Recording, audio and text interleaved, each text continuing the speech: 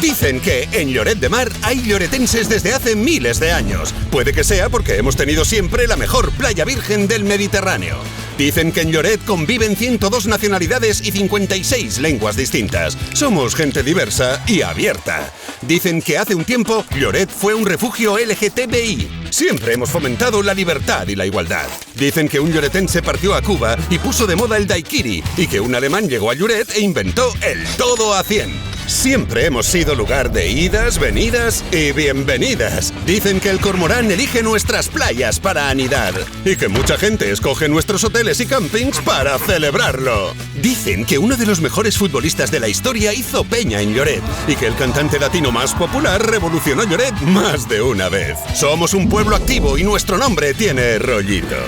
Dicen que en Lloret no se rema, se boga. Quizá por eso aquí bogamos todos en la misma dirección.